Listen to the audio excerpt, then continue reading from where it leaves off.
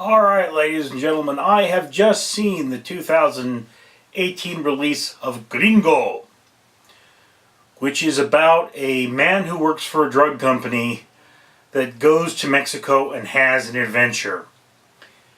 And that is exactly where I want to leave the plot, because this is one of those things where the plot is actually really complicated and really confusing and backstabbing and violence and all the great things you expect out of a R-rated comedy without the nudity.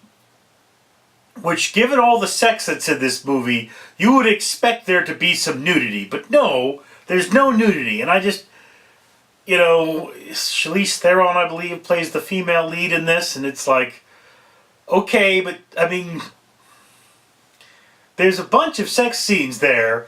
And there's that one guy from Ferris Bueller's Day Off, but not Ferris Bueller. I forget his name, but he plays the other guy, Ferris's friend that has the car. And he is great in this.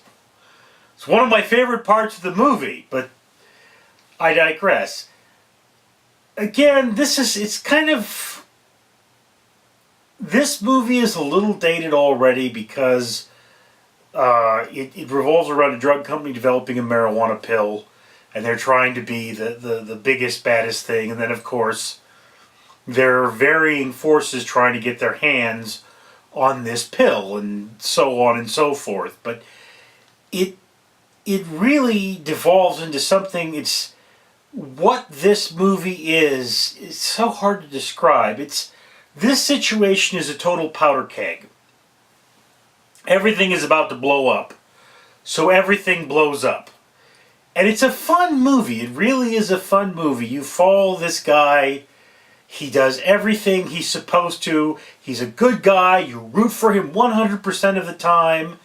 And then, it's just the world is just tearing him down. And this is a character I can really personally relate to. Because when I do everything right, and I try to be a good person, and I try to protect people and all that, the world just tears me down. So, I get that. I get this dude. This is why I personally really connect with this movie. But I don't consider it a piece of high art.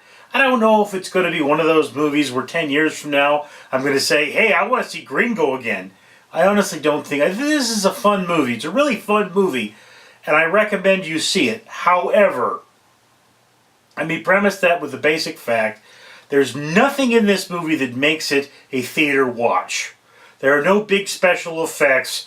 It's just a movie with people. There are a couple of slow spots in the beginning.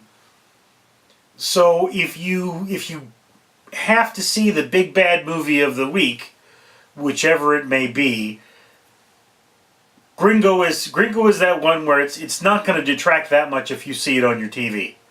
I don't ever recommend seeing a movie on your phone, but if you see it on your TV, I think you'll be fine.